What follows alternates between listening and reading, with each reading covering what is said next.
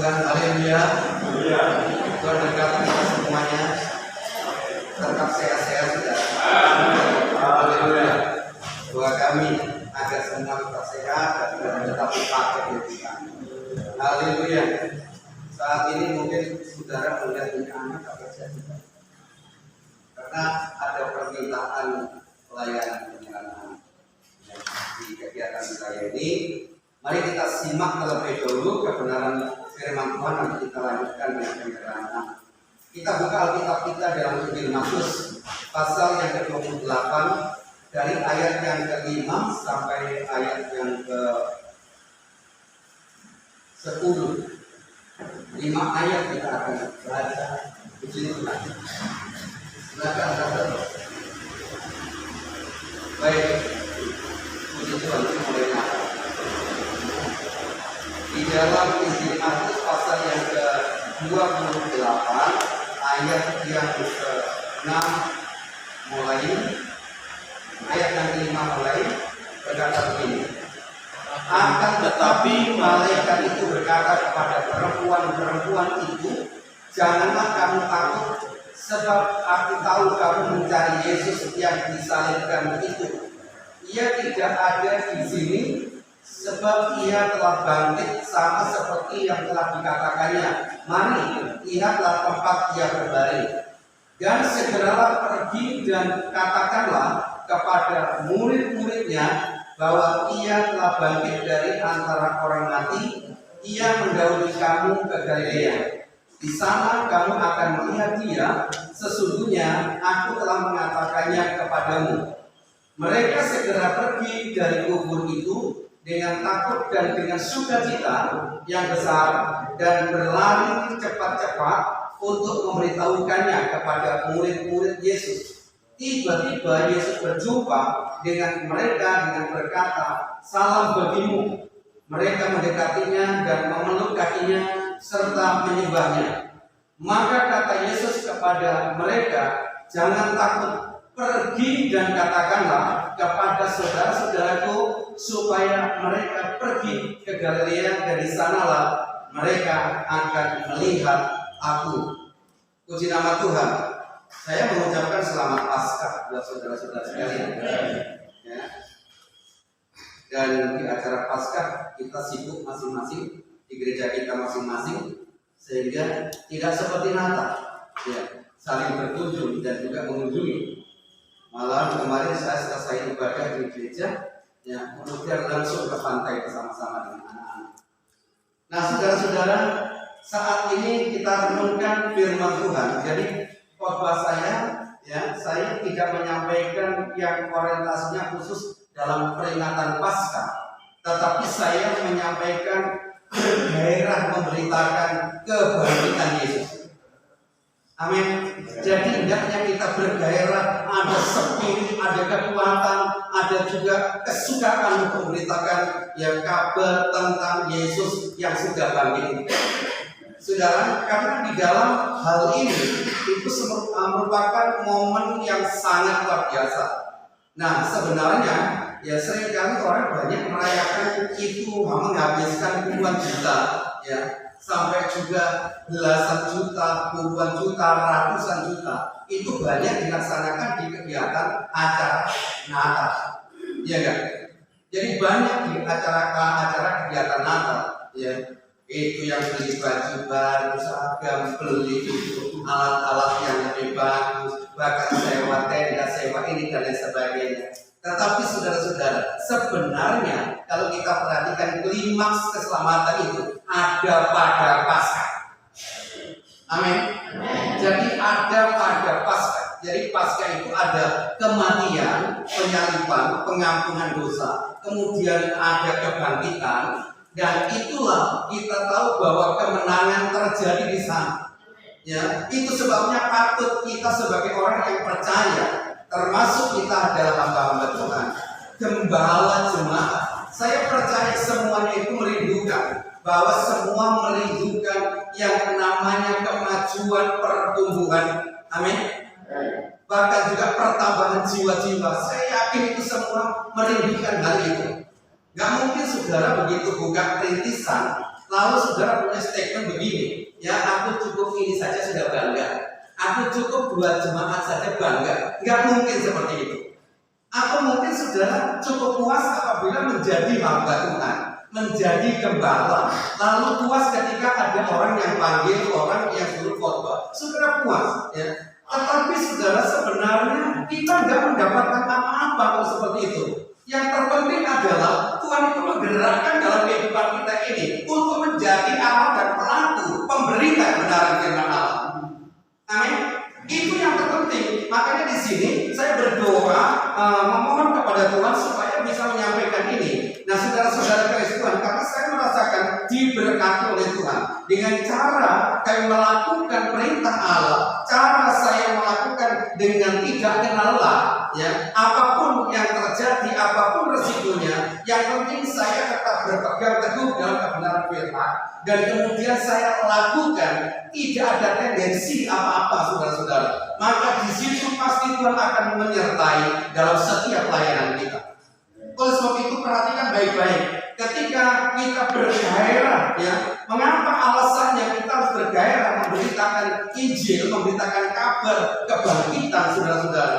Karena kalau kita membaca ada yang latar belakangi. Yang pertama kita baca Matius 28 ayat 11 sampai 15. Saudara, ini ya ada yang melatar belakangi itu, ya. Nah, kalau kita perhatikan saja perempuan itu karena semangatnya, karena gairahnya, dia ingin ketemu Yesus jam 3 pagi kira-kira. Ya, dia sudah pergi ke kubur dan dia ingin ketemu dengan Yesus dan dia ingin mengalami perjumpaan dengan Yesus. Tetapi di sana tidak mendapatkan apa-apa.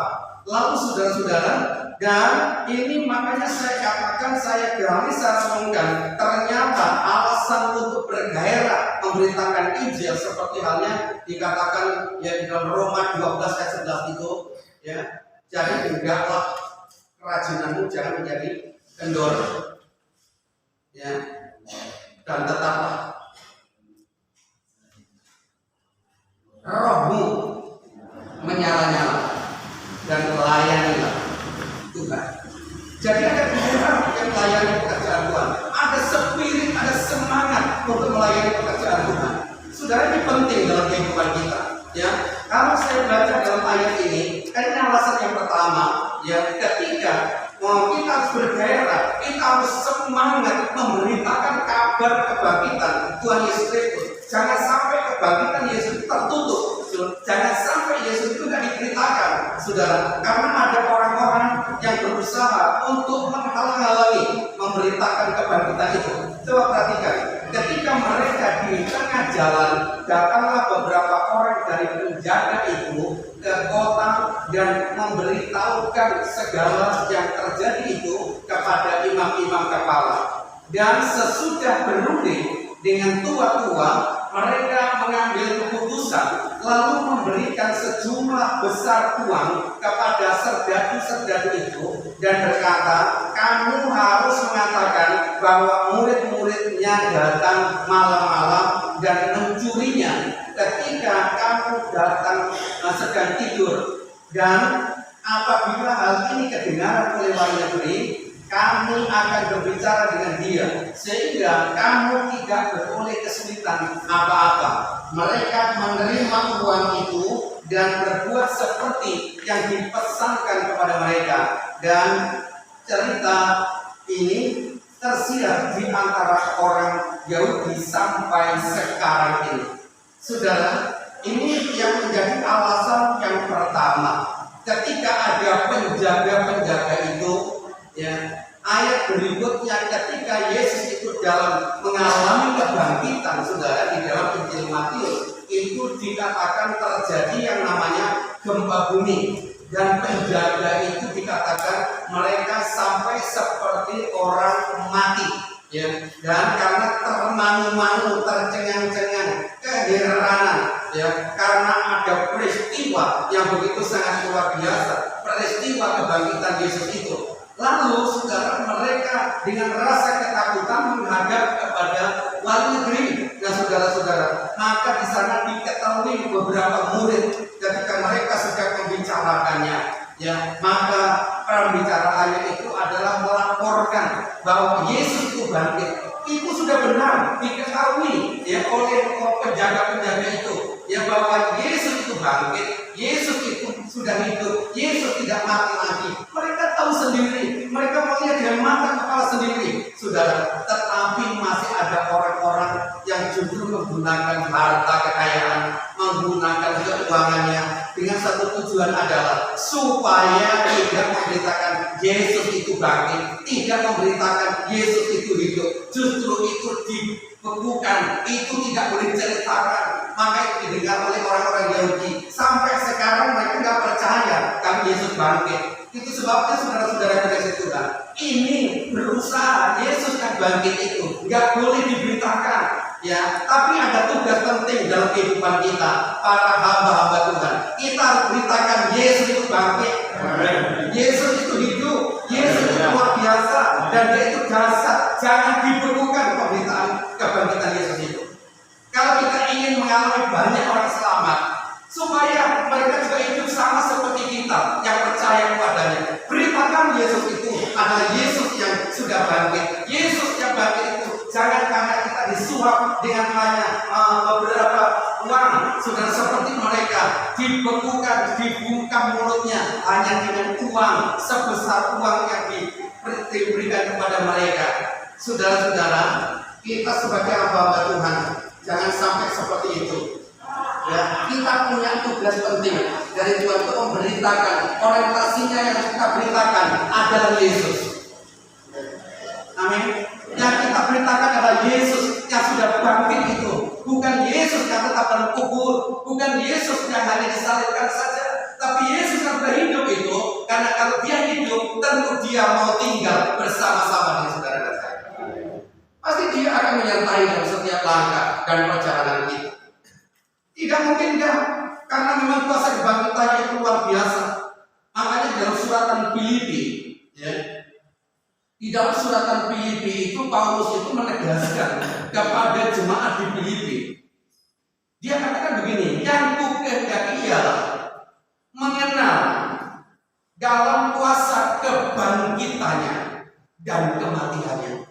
Saudara, jadi pertama diangkat oleh Paulus itu kepada sidang jemaat di Filipi itu supaya mereka bisa mengenal kuasa kebangkitan Yesus. Ada apa dalam kebangkitan itu? Kuasa bagaimana dalam kebangkitan itu? Nah, saudara-saudara, ketika kita memberitakan sudah puluhan tahun tentang Yesus, kita memberitakan sudah puluhan tahun ya untuk menjadi pemberita Injil, menjadi gembala. Saudara, kalau kita memberitakan Yesus, kita memberitakan Dia yang hidup dan Dia yang berjanji menyertai dalam kehidupan kita, sudah barang tentu ada satu buah yang Tuhan berikan dalam kehidupan kita. Ada tanda-tanda heran yang Tuhan kerjakan dalam kehidupan kita, karena Dia berkata, Aku menyertai kamu sampai pada akhir. Amin. Itu janjinya. Makanya kita nggak ragu lagi. Saya juga nggak meragukan lagi tentang kuasa kebangkitan Yesus. Tetap saya beritakan apapun resikonya, saudara-saudara. Karena kita tahu sebenarnya kalau kita memberitakan kabar kebangkitan dan kita dominankan Yesus yang kita beritakan, mati pun kita juga pulang bersama dengan Yesus. Pasti kita ada di sana bersama dengan Yesus. Apa yang kita lakukan, saudara-saudara? Tuhan Yesus berkata, jangan takut kepada orang yang dapat membunuh tubuh, tapi takutlah kepada Dia yang dapat untuk membunuh tubuh dan dapat memasukkan ke dalam itu. Makanya kita harus tetap menjadi pemberita. Kita harus menyampaikan berita tentang Yesus, Yesus yang sudah bangkit itu. Jangan dibekukan. Di gereja kita harus kita sampaikan, saudara. Harus kita sampaikan, ya, sekalipun mereka sudah berpuluh-puluh tahun. Semenjak kecil, saya sering kali ngomong di tengah jemaat, sekalipun saudara lihat lo di Tuhan, gitu kan? Lihat lo, iya, nggak harus cuma manja-manja, harus sampaikan kebenaran dengan seutuhnya. Karena tujuan mereka harus masuk surga. Saudara, nah kalau kita beritakan asal-asalan, kita ragu, kita takut memberitakan, saudara-saudara, takut dibenci, atau mungkin barangkali takut terkeluar dengan masuk. Coba itu tinggalkan hal seperti Kalau kita menyampaikan kebenaran itu nggak salah. Memang itu juga tugas dan kewajiban harus kita beritakan, kita sampaikan. Dan itu memang harus dilakukan kita hamba Tuhan dan juga jemaat. Jadi saudara-saudara kasih Tuhan, tetapi yang namanya berita keselamatan itu harus tetap disampaikan. Berita Yesus yang sudah bangkit itu jangan sampai ditutup-tutupi. Saudara, puji Tuhan. Lah inilah orang-orang pada waktu itu, pemerintahan pada zaman Herodes, yang akhirnya mereka itu berusaha menutupi kebangkitan Yesus itu. Dan karena sudah ada beberapa pasang mata yang tahu persis kebangkitan Yesus, itu masih ditutup dengan uang. Saudara, kita sebagai umat kepunyaan Tuhan, kalau kita ini istilahnya hanya ingin harta kekayaan, kemudian tidak boleh memberitakan itu, jangan mau.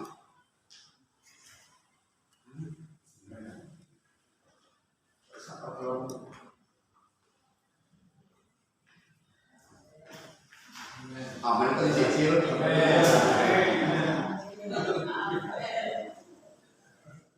Itu paling akhir balas. Baik, puji Tuhan. Jadi ini alasan yang pertama, saudara. Jadi berita itu sempat ditutup, nggak boleh diberitakan sampai Petrus, saudara, Petrus dan Yohanes pada waktu memberitakan Injil ketika dia itu sudah dipenuhi dengan Roh Kudus. Lalu dia itu memberitakan Injil ke beberapa daerah dan kemudian jemaat mula-mula itu ketika Petrus pada waktu itu seringkali jam 3 sudah bangun berdoa ke bait Allah. Diserami bait Allah itu ada orang yang lumpuh dan kemudian Petrus seringkali keluar masuk di situ. Dan ketika dia keluar mendapati mereka sedang menjadi peminta-minta, berharap sedekah apa yang bisa diberi ya dari Petrus itu, saudara-saudara. Tapi Petrus mengatakan bahwa emas dan perak aku tidak punya, tapi apa yang aku punya aku berikan kepadamu.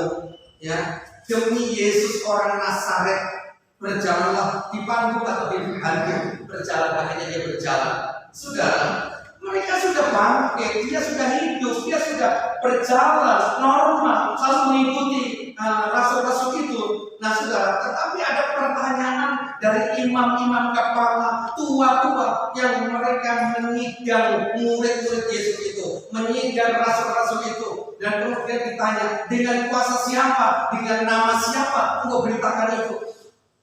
Maksud tujuan mereka, jangan beritakan itu lagi, muak mendengarnya, takut kesaing dan sebagainya. Itu keberadaan mereka, saudara-saudara. Tetapi Petrus yang penuh dengan Roh Kudus, dengan berapi-api, dia semangat, dia sampaikan. Ketahui saudara-saudara, bahwa orang lumpuh ini bisa berjalan. Kalau engkau mau menanyakan bahwa dengan nama siapa, dengan kuasa siapa, aku menyampaikan itu, ketahuilah bahwa dengan nama Yesus orang Nazaret yang kusalibkan, yang kukuburkan, dia yang telah dibangkitkan oleh Allah, dia itulah yang membangkitkan orang yang lumpuh itu, dia yang menyembuhkan dia.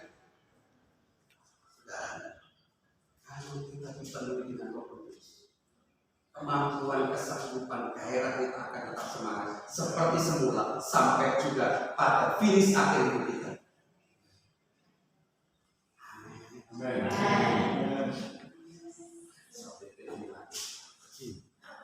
Saya mempersiapkan motor itu tidak mau.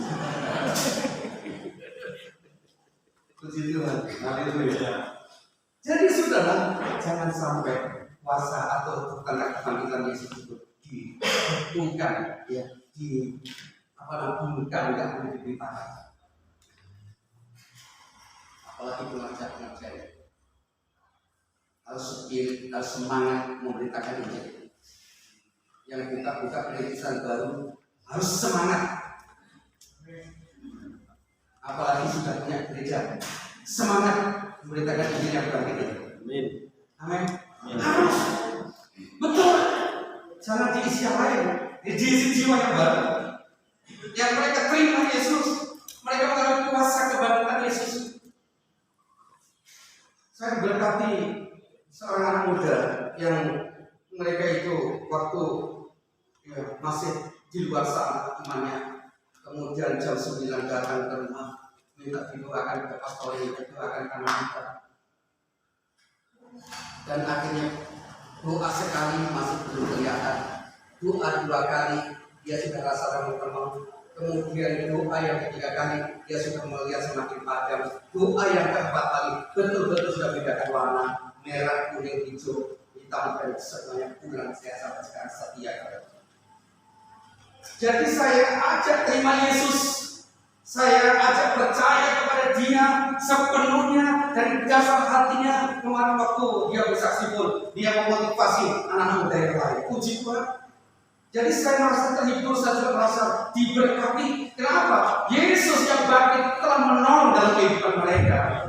Demikian juga kalau saudara pada saat ini.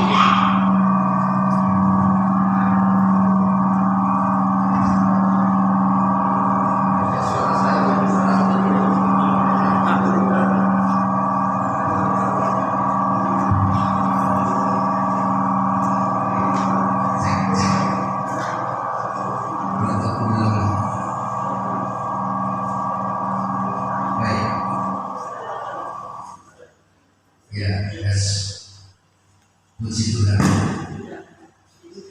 Ya, hamba suka cita. Suara penginjilnya keluar ya. Haleluya. Puji Tuhan. Gak apa-apa sudah.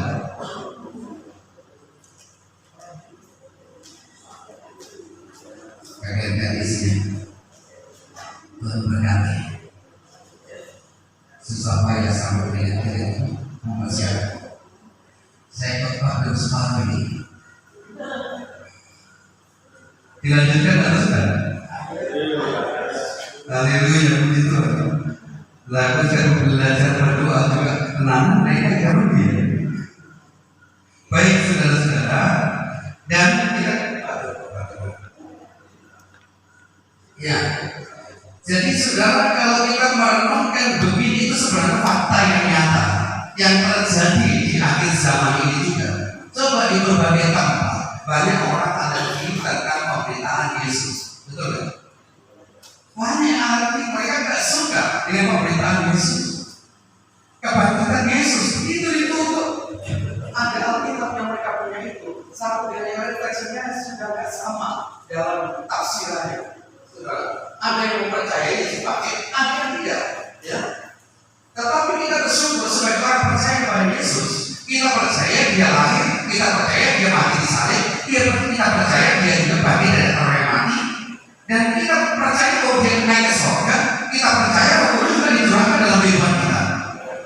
Nah, itu sebabnya saudara-saudara dari Tuhan, maka peristiwa yang membungkam, yang menutup tidak boleh diberitakan tentang Yesus. Kita ini punya tugas, itu harus kita buka semuanya. Amin. Kita harus lakukan. Kita yang harus punya yaitu daerah. Kita harus punya yaitu inisiatif untuk melangkah. Kalau kita ingin ada jiwa-jiwa datang ke rumah Tuhan, yang kita harus melangkah. Maka kita berdoa, kita mohon untuk berlangkah saja, tuntun kakimu untuk menemui siapa yang bisa ditemui dan bercerita tentang firman Tuhan, cerita tentang kebangkitan Yesus. Kadang-kadang saudara tidak sampai kita melangkah jauh, itu sudah ditemukan dengan orang yang mereka berharap mendapatkan pengertian tentang itu. Dan tidak satu dua kali dan hal itu saudara. Puji Tuhan, ya. Satu waktu ada seorang bapak yang dulunya tidak mau sama sekali yang istrinya saja, ya, istrinya saja, ya, dengan sakit yang datang. Dan kemudian si bapaknya ini datang dari Lampung pada waktu itu, dan kemudian dia sudah bertempat tinggal di sini, ya, ada di Surabaya. Nah, ketika dia itu mengalami pertama saja, dia juga masih tidak siap, masih tidak mau. Kemudian mengizinkan terjadi sakit hernia, sakit hernia. Lalu saya datang, saya doakan, dan kemudian saya jadi mobil surpresa, dan kemudian dibawa ke depannya, dan depan di situ dapat itu jam puskesmas gratis semuanya, dan akhirnya dia itu mulai menyadari, ya, dan dia menyadari ternyata Pak Yesus itu ajaib. Saya merasa tertolong, saya merasa juga mengalami pemulihan dan sehat itu karena Tuhan itu telah memakai Bapak untuk juga mengirim kami sehingga saya sekarang setia begitu luar biasa.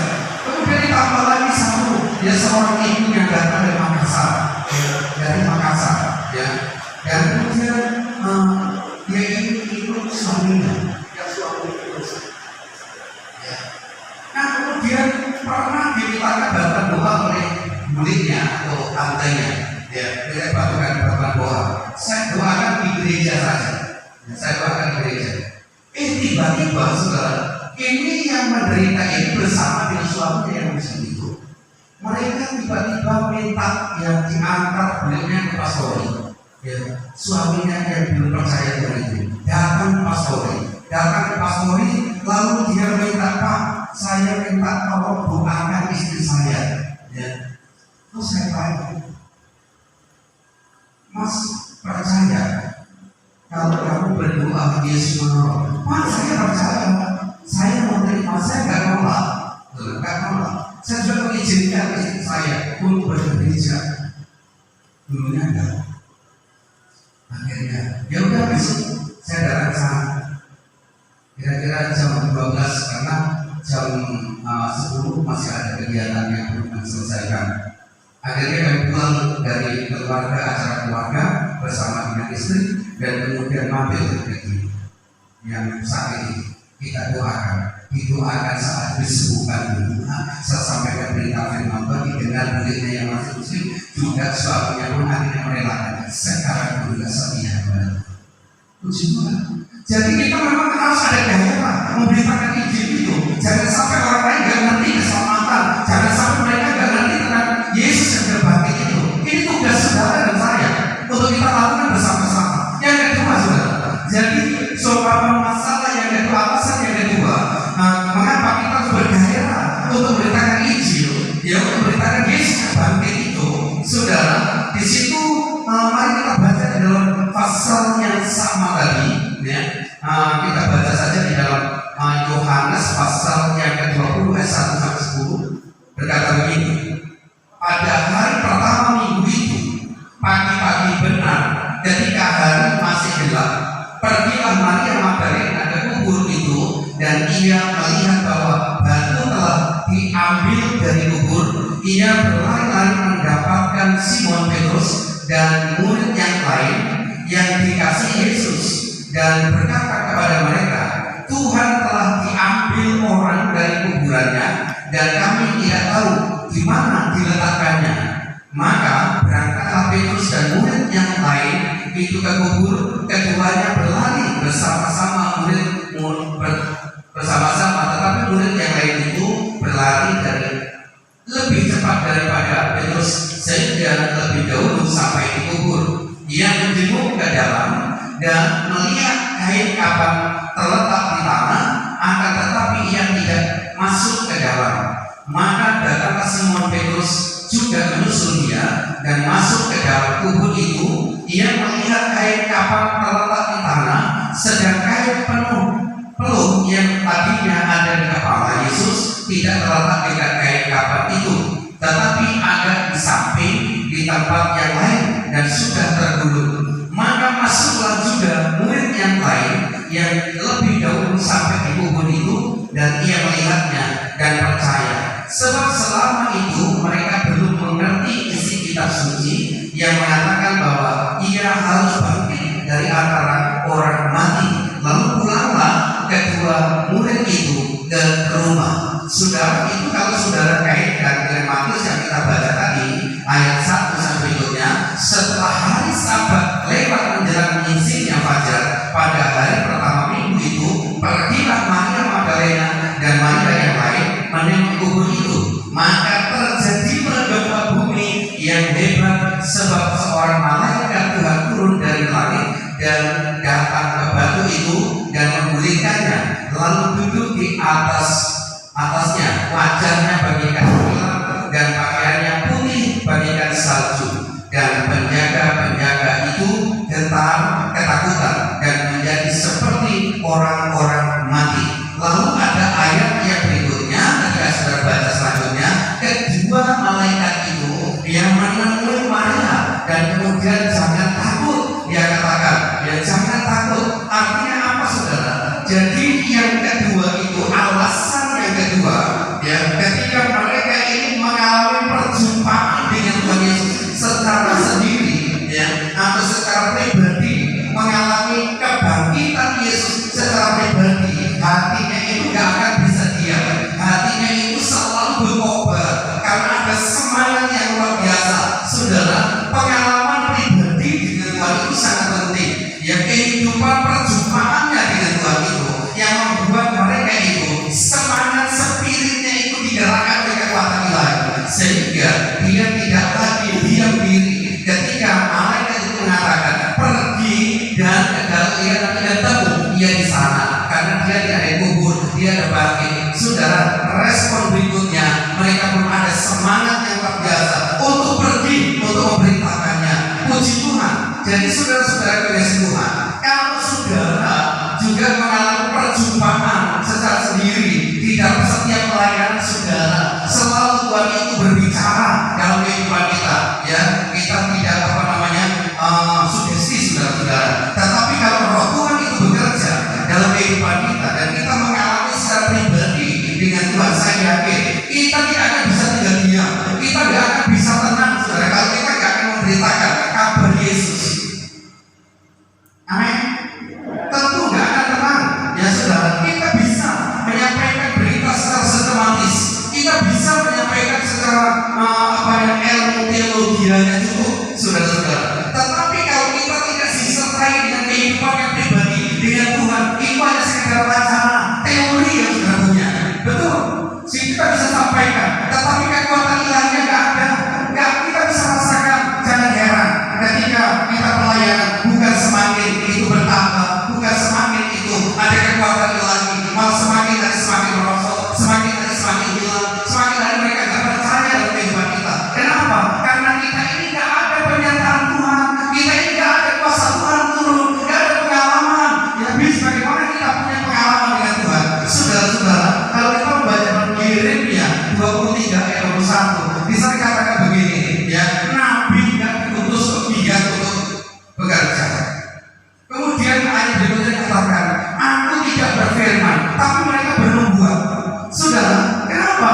Karena mereka itu tidak punya hubungan yang baik dengan Tuhan, tidak ada komunikasi yang indah dengan Tuhan. Saudara, Maria, Magdalena dan seterusnya, waktu pagi-pagi itu mereka itu ingin berhubungan, mereka ingin dekat dengan Tuhan, ingin berjumpa dengan Tuhan, walaupun pagi-pagi buta, ingin berusaha untuk datang, ingin semangatnya bukan main, ingin ketemu dengan Tuhan. Saudara, ketika dia di kubur, tidak ketemu mayat Yesus, tetapi ketemu kuasa kebangkitan itu yang begitu dasar, itu luar biasa.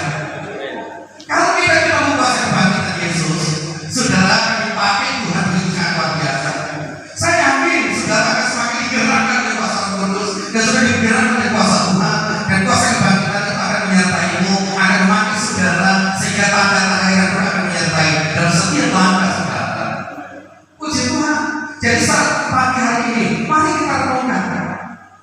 Masihkah kita memiliki satu hubungan yang baik sehingga kita merasakan Tuhan itu selalu merasa kita bersama dengan kita, ya kita bukan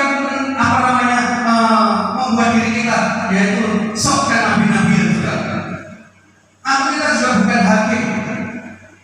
Tetapi mari kita sama-sama melekatkan diri kepada Dia, kita mendengarkan apa yang dikatakan, kita berjumpa dengan Dia, dan kemudian kuasanya itu melekat dalam kehidupan kita, sehingga saudara gak terasa sampai di mana Tuhan akan tuntun dalam kehidupan kita. Pelayanan saudara gak akan jenuh, betul. Saudara gak akan merasa keberatan. Sekalipun ada tantangan, saudara akan bisa mengatasi bersama dengan Bapa kita. Amin. Tuhan bisa melakukan apa yang terbaik dalam kehidupan kita. Jadi yang kedua itu penting kita mengalami perjumpaan dengan Tuhan. Makanya Petrus, Yohanes selalu memiliki waktu untuk Tuhan. Doa pagi itu ditingkatkan, ya. Namun puji Tuhan, hari-hari ini berbanyak mereka yang hidup sesaat waktu awal-awal ya, dimulai pagi ada yang datang, tetapi justru sampai sekarang tambah-tambah mereka yang rindu untuk berdoa bersama-sama. Saya merasa bahwa itu adalah kekuatan gereja. Ketika gereja benar Ada kuasa yang begitu, ada kuasa yang begitu mulia. Puji Tuhan, saudara. Lanjut yang ketiga. Lanjut yang ketiga. Yang pertama itu alasannya adalah karena berita kebajikan itu yang menuntut kita menemukan. Amin. Yang kedua itu alasannya karena kita mengalami perjumpaan dengan Tuhan. Harus kita mengalami berita itu kita tingkatkan. ya, Yesus harus diberitakan kapan saja, baik waktunya maupun tidak baik waktunya, kita beritakan tentang Yesus ini. Walaupun sanune hidup, sanune oke, beritakan Yesus ini. Amin. Diberkati duit dan tidak diberkati duit, beritakan tentang Yesus ini. Disanami sama kaki bensin jatuh sama darah. Jadi saudara-saudara, yang ketiga, mari kita lihat yang ketiga. Ya. Yang ketiga kita baca di dalam ayat tadi dalam Injil Matius. Kita buka lagi Injil Matius tadi, saudara-saudara, ayat yang ke-5 mulai tadi. Dikatakan begini. Ayat yang ke-7 mulai. Dan segeralah pergi dan katakanlah kepada murid-muridnya bahwa ia telah bangkit dari antara orang mati. Ia mendahului kamu ke Galilea. Di sana kamu akan melihat dia. Sesungguhnya aku telah mengatakannya kepadamu. Mereka segera pergi dari kubur itu dengan takut dan dengan sukacita yang besar dan berlari cepat-cepat untuk memberitahukannya kepada murid-murid Yesus. Kemudian tiba-tiba Yesus berjumpa dengan mereka dan berkata, "Salam bagimu." Mereka mendekatinya dan memeluk kakinya serta menyembahnya.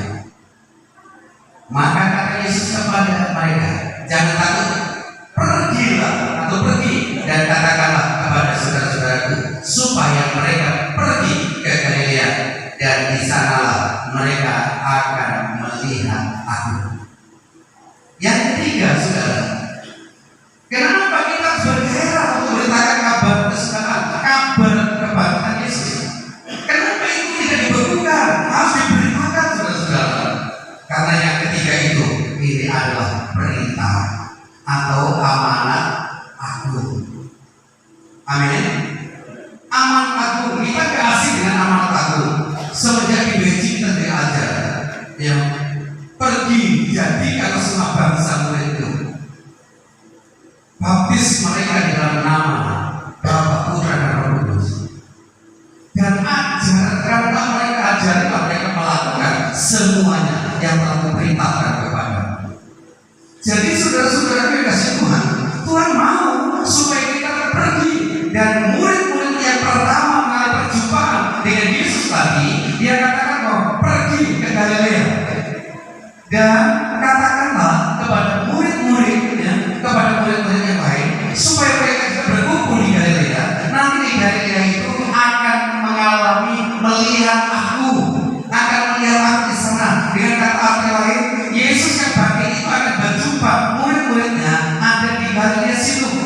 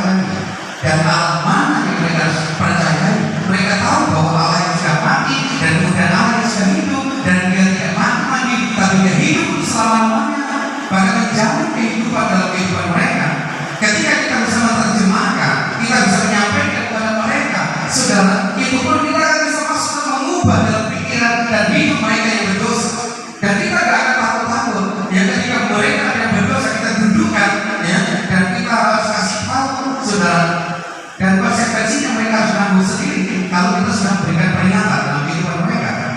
Jadi saudara-saudara Kristus Tuhan, pada siang hari ini berita, artinya pemberitaan firman, pemberitaan Injil, kabar kesukaran, kabar tentang kebangkitan, itu jangan dilakukan. Itu tugas kita. Dan kita memberitakan. Ya, karena Tuhan berjanji kalau kita memberitakan. Matius pasal yang ke-28 tadi, ayat yang ke-20, ya bagian yang terakhir itu dikatakan begini: ketahuilah bahwa aku menyertai kamu sampai pada akhir zaman. Artinya saudara-saudara, kalau kita diutus oleh Tuhan, diperintah oleh Tuhan, Tuhan pun gak akan pernah membiarkan dalam kehidupan kita. Tuhan gak akan biarkan kita sendirian. Tuhan menyertai sampai pada akhir zaman.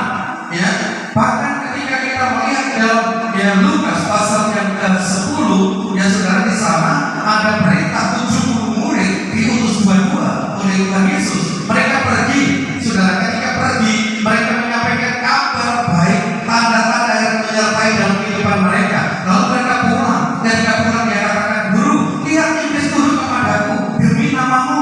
Dan kemudian Yesus katakan, ya aku tahu, iblis jatuh seperti kilat yang memanjat.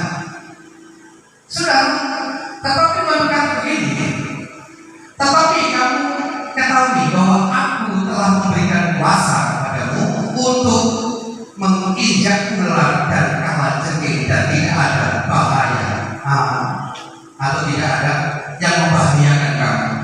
Artinya saudara-saudara, kalau pernyataan Tuhan itu terjadi dalam kehidupan kita sebagai hamba Tuhan, sebagai orang yang percaya, nggak ada bahaya yang menimpa dalam kehidupan kita. Pasti Tuhan menyertai. Karena apa? Tuhan mempertahankan berita keselamatan itu.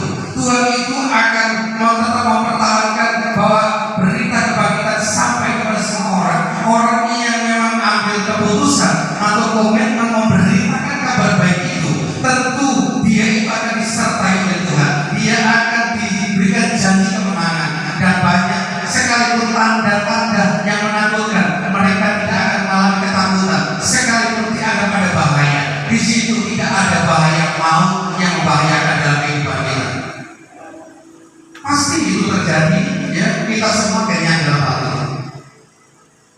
Kalau saya saksi nggak cukup Pak, untuk perkara-perkara yang luar biasa yang berkerjakan, tanda-tanda heran yang berkerjakan, tidak dulu kalah, tetapi setiap langkah pasti ada konsekuensinya. Pasti ada sesuatu yang menjadi perintah dan rohani kita. Tetapi ketika kita ambil komitmen untuk datang kepada Tuhan, untuk sungguh-sungguh kepada Tuhan, untuk semakin kita meresponi akan kehendak Tuhan, ya mengapa kita harus pergi, mengapa kita harus bergairah, mengapa kita harus bersemangat? Karena itu perintah dari Tuhan, ya, supaya tidak satu pun mengalami kebinasaan, tapi semua orang mengalami hidup yang kekal. Itu yang bertugas adalah saudara dan saya dipanggil oleh Tuhan. Ya, kalau kita lakukan bersama-sama, saya percaya kalau sekarang saudara sedang menghadapi semangat mereka dan keluarga, nanti bulan depan ditambah lagi satu keluarga. Jangan bersyukur. Ketika saudara-saudari perhadapkan ada 20 kakak, nanti ditambah lagi sudah menjadi 40 kakak.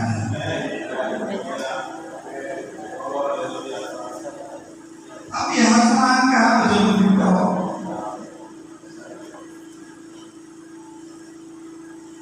Bung mengatakan kalau ingin makan, bukan jadi juga.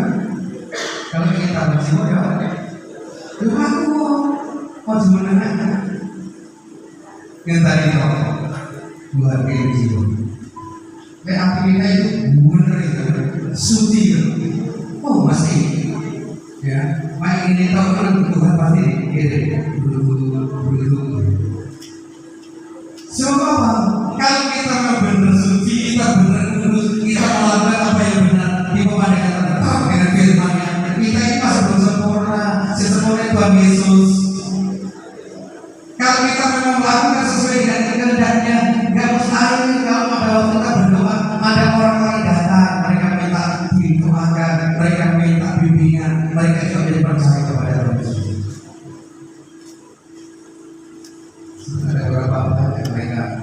hari-hari juga mereka datang ke tempat kami. Saudara, tapi saya tidak berani mengambil itu semangat berkata kami. Kalau mau ikut ibadah Allah. Tapi kalau lama-lama ibadah nggak mulai takut mampir juga.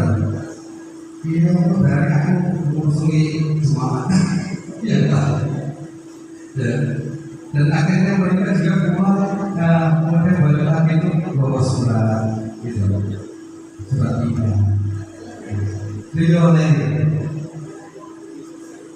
Tuhan itu baik, jadi cara Tuhan itu luar biasa. Tapi begitu ya apa-apa itu bentuknya adalah supaya kuasanya itu tetap dipakai dengan Saudara bisa kalau kita sama-sama membuat Tuhan, kita sama-sama dipilih oleh Tuhan. Kalau kita dengar apa yang Tuhan katakan, kemudian kita respon, kita langgar, kita semua bisa bersama dengan Tuhan. Kalau kita sendiri nggak bisa, ya sekalipun saudara yang sudah bekerja, pengerja, ayo langkah dengan sungguh-sungguh.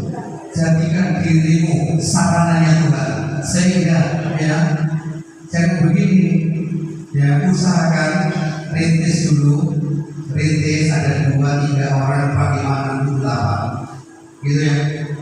Terus kemudian bangunlah rumah Tuhan, bangunlah gereja, bangunlah tempat persekutuan. Jadi hari ini kita semua bersyukur yang sudah dapat. Nah, tinggal bergerak untuk melangkah maju, cari, ya percaya atau menyertai. Tuhan gak akan pernah tinggalkan, ya. Kayak rasakan itu, puji Tuhan. Jadi saudara, peran yang terpenting adalah ketika kita bisa bergairah, kita bersemangat, saudara-saudara. Itu kalau Roh Kudus turun atas kami, atas kehidupan kita. Selama itu, ya kita melihat ketika di dalam Injil Lukas tadi, ya murid-murid dua-dua pergi memberitakan Injil dan kemudian setan pun takut kepada dia, ya. Maka dia pun juga pulang mau berita yang positif, berita yang sangat menyenangkan Tuhan. Saudara, sekalipun ada kalimat berikutnya, tapi jangan bangga kalau engkau bisa mengusir setan, engkau menyembuhkan orang sakit, engkau bisa keliling kemana-mana, khotbah, engkau bisa melakukan ini dan itu. Tapi banggalah kalau namamu itu tercatat di dalam buku kehidupan. Ini harus menjadi perhatian dalam kehidupan kita. Makanya ada yang mengatakan langkah yang pertama yang menentukan, tapi langkah yang terakhir. Artinya hidup kita dari sekarang sampai selama-lamanya kita tetap mengikuti koridornya Tuhan. Kalau kita mengikuti relnya Tuhan, pasti saudara akan dijaga oleh Tuhan. Hidup kita akan dijaga karena ada Roh Kudus akan masuk dan memenuhi dalam kehidupan kita, akan menuntun langkah kita. Puji Tuhan, ya. Karena di dalam ayat yang Matius pasal yang ke-10, saudara nggak usah buka. Ya, cuma tak sampaikan saja begini. Ketika murid-murid itu dipanggil oleh Tuhan Yesus, saudara, dan ke-10 murid itu diberi kuasa oleh Tuhan. Ya, kuasa untuk apa?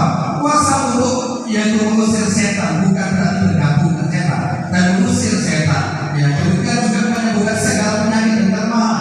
Jadi melenyapkan itu. Maka kalau kita ada bersama dengan Tuhan, Tuhan akan berikan kekuatan kuasa yang begitu hebat dan kuasanya besar bagi kita semuanya. Jadi kalau kita lakukan bersama dengan Tuhan, pasti saudara akan semakin dari, ya, akan semakin ceria. Gak usah main apapun ceria. Amin. Pasti Tuhan akan memberikan sesuatu yang luar biasa dalam karena ada gairah, ada sukacita dalam hidup kita melayani pekerjaan Tuhan. Ketemu teman kita juga akan tersenyum.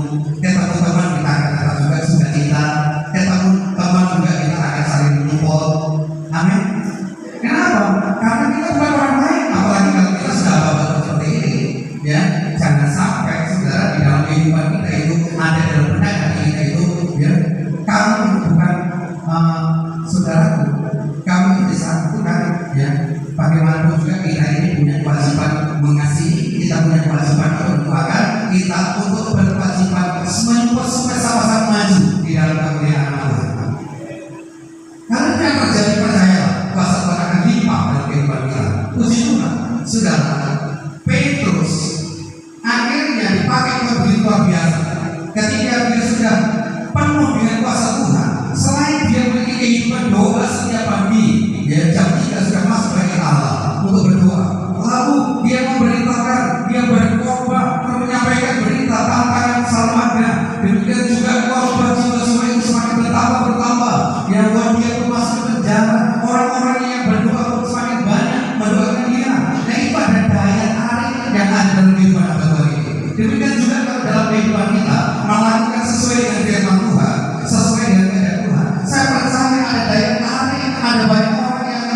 saudara akan mendoakan saudara, jemaat Tuhan akan mendoakan saudara. Amin. Puji Tuhan. Itu sebabnya pada kesempatan ini, ya, 3 perkara itu jangan sampai hilang dalam kehidupan kita sebagai tugas, ya, yang Tuhan percayakan untuk melakukan pekerjaan Tuhan. Ya, puji Tuhan. Alasan yang pertama, harus kita bertobat, harus kita berdaya memberitakan kabar kebangkitan, karena kabar kebangkitan itu jangan sampai ditutupi banyak orang, jangan sampai tidak diberitakan, sampai di backup dan tidak boleh diberitakan. Yang kedua, alami pengalaman yang bersama dengan Tuhan secara pribadi, sehingga kekuatan itu akan mendorong kehidupan saudara. Semangat, nggak akan panik, nggak akan menjadi loyo, tetapi kita akan semakin kuat bersama dengan Dia, kita akan semakin mampu mengerjakan pekerjaannya. Dan yang ketiga, perintah Tuhan dengan KPK kita lakukan bersama-sama. Tuhan menyertai saudara hanya dengan kuat kuasa Roh Kudusnya mengalir dalam kehidupan kita. Izinkan kuasa Roh Kudus bekerja. Sekarang ini kita tidak menanti saja pencurahan Roh Kudus, tapi Roh Kudus sudah dicurahkan 2000 tahun yang lalu, itu sudah dicurahkan, dan setiap hari gereja Tuhan harus mengalami itu. Ketika mengalami kuasa Tuhan, tentu ada pertumbuhan, tentu ada pertambahan jiwa, tentu ada juga hal-hal yang luar biasa dikerjakan dalam kehidupan kita. Ya, saudara, dan kita punya tugas-tugas yang lebih banyak lagi ketika ada jiwa-jiwa, karena setiap jiwa yang datang belum tentu jiwa itu sudah bertobat semuanya. Ya. Karena kalau mereka di sana dinasihati tidak yang aman. Begitu di sekarang seperti firman Tuhan sini, ya, dengan tegas rasakan nyaman lebih dengan di sana. Nah, saudara-saudara, tadi di mobil sempat ngomong bersama dengan teman-teman, ya, kalau seandainya ya sekarang sudah ngomong pindah ke sini, nggak kerasa dengan firman Tuhan, mau pindah ke tempat lain dan kemudian pindah ke sini, nggak takdir. Dan supaya apa? Tuhan nggak dipermalukan gitu. Jadi nggak main-main dengan Tuhan. Sudah, ya. Kalau memang di sana dikasih firman, nggak terima, kemudian ke sini kasih firman, nggak terima, pamit nanti keluar, ya wes. Ada pengampunan, ya. Tetapi kalau memang sudah tak bertobat, ya Tuhan katakan begini, semangat saya banyak. Tapi ada yang berani juga seperti itu. Saya belum berani, juga seperti itu. Kalau tak bertobat silahkan kepada Yesus, biarlah tubuhnya binasa, tapi rohnya selamat. Nah, kita bertahu. Amin. Makanya saya tidak berani melakukan itu. Jadi saudara-saudara, pada siang hari ini berita firman Tuhan saya sampaikan menyupport maju dalam kehidupan kita rekan-rekan hamba Tuhan. Ayo kita sama-sama tetap melakukan, mari kita sama-sama 3 poin ini kita alami dan kita responi firman Tuhan itu dengan kuasa kebangkitan Yesus, dan kuasa kebangkitan Yesus kita bertahan. Ya, karena di sana ada kemenangan, sebenarnya ada kesembuhan, ada pemulihan dan sebagainya. Kalau kita melihat kuasa kebangkitan Tuhan Yesus Kristus, ya. Tetapi saya akan berbicara kuasa kesembuhan, tetapi di sini menyupport dalam kehidupan kita sebagai pelayan Tuhan, sebagai hamba Tuhan, untuk kita terus bergerak maju, bergerak melayani pekerjaan Tuhan. Jangan sampai berita tentang kebangkitan itu nggak terbuka dan orang ada banyak yang tidak mengerti kalau Yesus itu sudah bangkit dan terhormati. Dan kita perlu kekuatan yang datang dari Roh Kudus. Tanpa itu kita tidak bisa berbuat apa-apa. Ya, Petrus yang pada waktu itu yang melakukan karena dia dari kekuatan Roh Kudus akhirnya bisa memenangkan jiwa. Sekali khotbah 3.000, kita belum ada yang sekali khotbah 100 orang kita belum pernah ada. Ya. Tetapi ketika datang satu-satu, nah itu sudah ada. Kita pernah barangkali berkhotbah di tengah-tengah 1.000 orang, 1.300 orang, sempat di tengah-tengah 3.000 orang. Ketika ada di daerah Manado sana, ya. Tetapi itu bukan kita yang menang, saudara. Itu karena mereka semua lebih sedangkan saja. Bahkan Petrus yang power yang luar biasa, kekuatan surga yang luar biasa. Bapak Ibu sekalian, dengan ayo kita bergerak maju dengan kekuatan Allah, tahu karena ada kuasa kebangkitan Tuhan Yesus Kristus yang memang menjadi tanggung jawab kita musikan. Rohnya hidup kita musikan.